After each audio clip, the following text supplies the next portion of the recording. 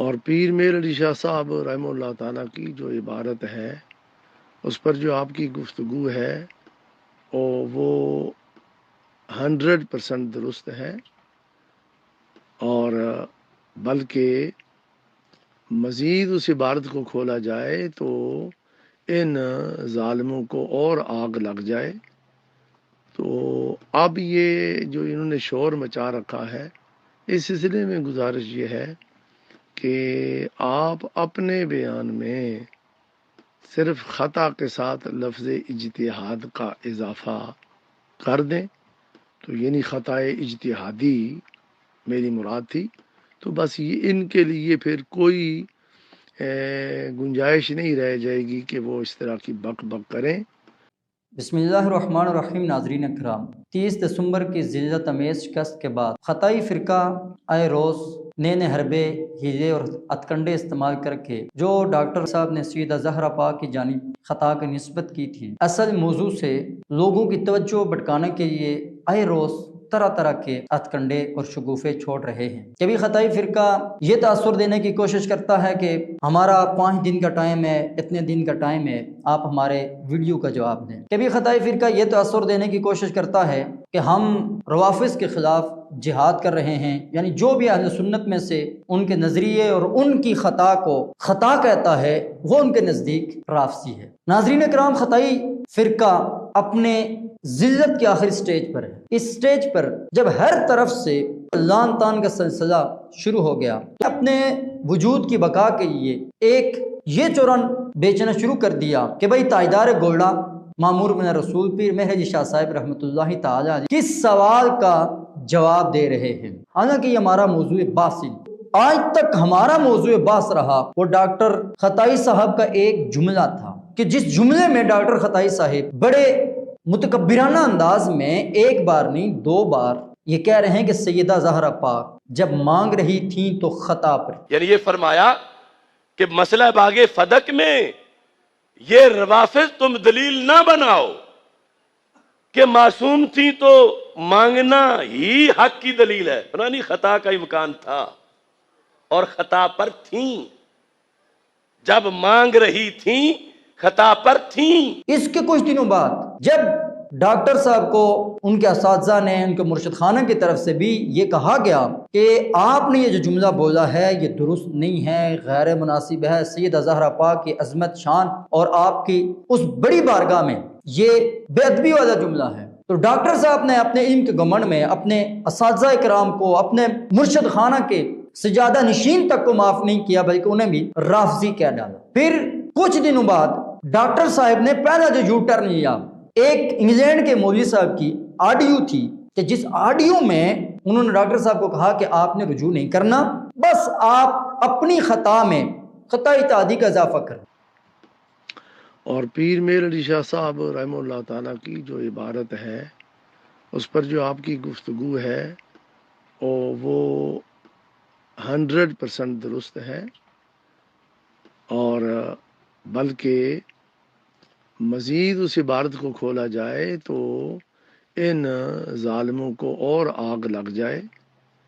تو اب یہ جو انہوں نے شور مچا رکھا ہے، اس سلسلے میں گزارش یہ ہے کہ آپ اپنے بیان میں صرف خطا کے ساتھ لفظ اجتہاد کا اضافہ کر دیں، تو یعنی خطا اجتہادی میری مراد تھی، تو بس یہ ان کے لیے پھر کوئی گنجائش نہیں رہ جائے گی کہ وہ اس طرح کی بک بک کریں۔ ڈاکٹر صاحب نے خطا اتحادی کا کورس شروع کر دیا۔ اس کے بعد چند دن گزرے، یہ کہہ دیا کہ یہ تو تاجدار گولڈا پیر میر علی شاہ صاحب رحمۃ اللہ تعالی علیہ کے میں کلام کی تشریح کر رہا تھا، در حقیقت یہ میں نہیں، یہ تو تاجدار گولڈا فرما رہے ہیں۔ میر علی شاہ صاحب نے کہا قرآن جس بارے میں ہے اس بارے میں تو مقابلہ نہیں ہو سکتا، لیکن یوسیکم میں سرکار کا ذکر ہی نہیں ہے، سرکار کی امت کا ذکر ہے، لہٰذا حضرت فاطمہ رضی اللہ تعالی عنہا نے اگر یہ دلیل پیش کی تھی تو پھر بھی معصوم نہیں تھی، غلطی ہو گئی، یہ انہوں نے لفظ لکھا۔ کل میرا قول نہ بنانا کہ غلطی ہو گئی، یہ انہوں نے لکھا کہ معصوم نہیں تھی. یہ بھی ایک الزام تھا تاجدار گولڈا پر انہوں نے لگایا. پھر اپنی خطا کا دفاع کرتے کرتے ڈاکٹر صاحب اتنے آگے چلے گئے کہ یہ کہہ دیا سیدنا ابوبکر صدیق رضی اللہ تعالیٰ عنہ نے سیدہ زہرا پاک کو لقمہ حرام سے بچایا.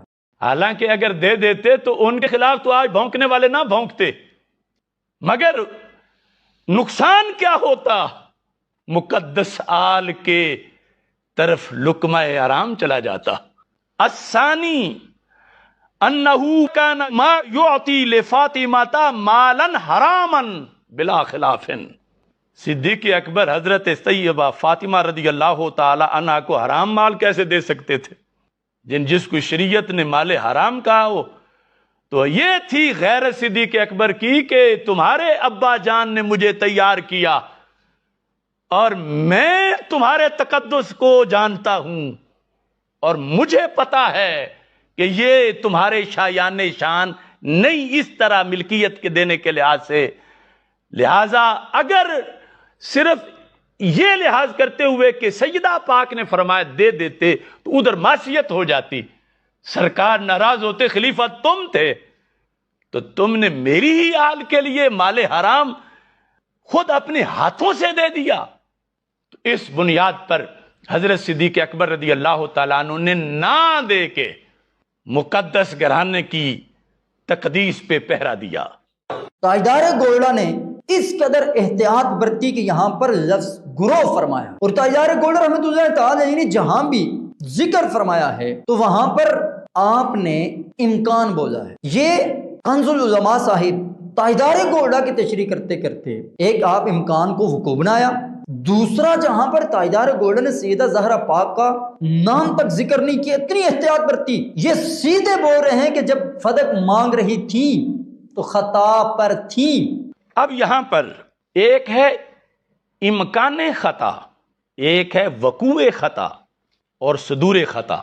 اس سلسلہ میں بھی بہت سے لوگ انہوں نے اس بات میں بددیانتی کی ہے یا پھر ویسے انہیں پتہ نہیں تھا تو غلطی کی ہے کہ پیر صاحب تو صرف امکان کی بات کر رہے ہیں اور آپ جو ہیں وہ کر رہے ہیں کہ ان سے وقوع بھی ہوا.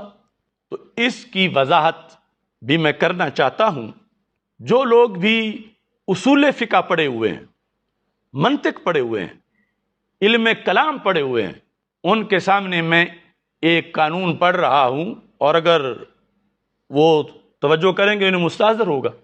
ان الامکان اذا کان متعلقا بالماضی، کہ لفظ امکان جب کسی ایسی چیز کے بارے میں بولا جا رہا ہو جس کا وقوع ماضی میں ہو چکا ہے، کان مستلزما للوقوع، تو ایسا امکان جو ہے وہ وقوع کو مستلزم ہوگا.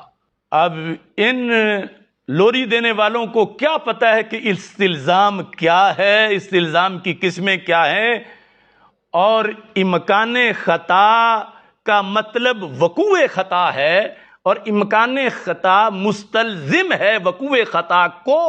اب اس سارے معاملے سے جان چھڑانے کے لیے ڈاکٹر صاحب نے آئے روز پینترے بدلے. کوئی دن خالی نہیں گزرتا تھا جس دن ڈاکٹر صاحب کوئی نہ کوئی نیا پینترا نہ بدل. پھر اس پر بھی خود ڈاکٹر صاحب نے یہ اعتراف کیا کہ اب ہم یہ جملہ نہ بولیں گے، نہ کسی کو اس کے بولنے کی اجازت دیں گے.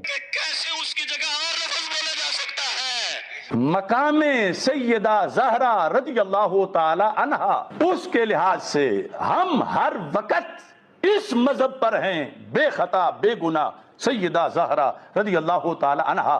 یہاں تک کہ جواب دیتے وقت جو تیسرا مرحلہ ہے، جو لفظ امکان خطا اور اس پر پھر آگے اس کی تشریح کے بولے گئے، آج اس گفتگو میں میں ان لفظوں کی جگہ اور لفظ دے رہا ہوں، یعنی لفظ امکان خطا یا پھر اس کی آگے تشریح، اس کی بھی یہ بھی نہ بولے جائیں.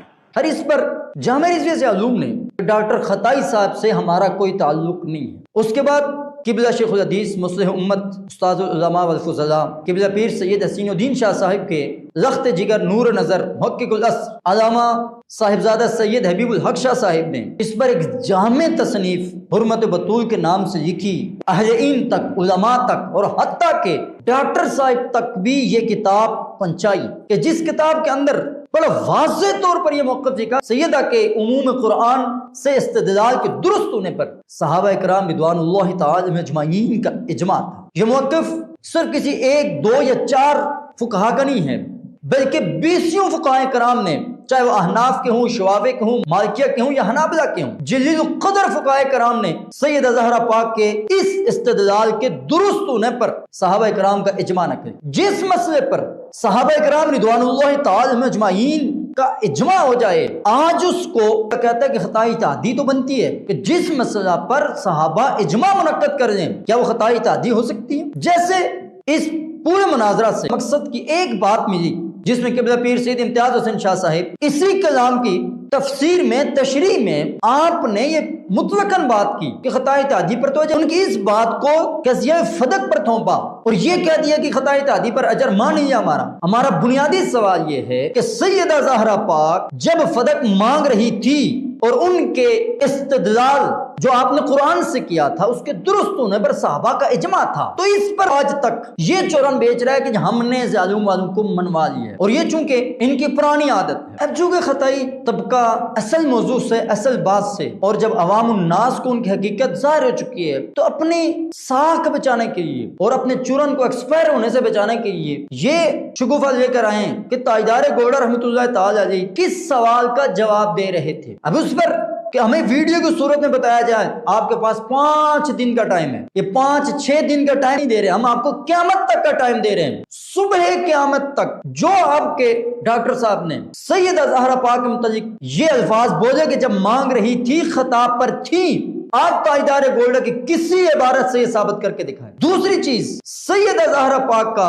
فدق مانگنا جس پر صحابہ کا اجماع منعقد ہو گیا، کسی ایک صحابی کا، تابعی کا، ائمہ مجتہدین میں سے کسی ایک کو یہ بتا دیں کہ کسی نے یہ کہا ہو کہ سیدہ کا یہ عمل خطا اجتہادی، 5 دن کی نہیں، 5 مہینے بھی نہیں، 5 سال بھی نہیں، تمام خطائی ذریت کو ہم یہ قیامت تک ٹائم دیتے ہیں. جب تک آپ کی زندگی ہے اس سوال کا یہ جواب دے دیں کہ سیدہ زہرا پاک کے عمل کو کسی صحابی، تابعی، ائمہ مجتہدین میں سے کسی نے خطا اجتہادی کہا، آپ نہیں ثابت کر سکتے. آپ خلط مبحث کرنا چاہتے ہو؟ اب یہ ویڈیو کے گیم نہ کھیلو. ہم آپ کو یہ اوپن کہہ رہے ہیں کہ جس پر قبلہ پیر سید حبیب الحق شاہ صاحب نے پوری کتاب نقل فرمائی ہے اور اس میں اتنے واجات لکھ کر آپ کو بتایا بھی ہے، آپ تک یہ پہنچائی بھی گئی ہے اور یقیناً آپ نے پڑھی ہے، اور آپ اس کا جواب آج تک نہیں دے سکے. کبھی تاجدار گولڈا کس سوال کا جواب دے رہے؟ وہ سوال وہی ہے جو تاجدار گولڈا نے اس کے اوپر لکھا ہوا ہے. تاجدار گولڈا خود سوال نقل فرما رہے ہیں. جو اصل موضوع ہے ناظرین اکرام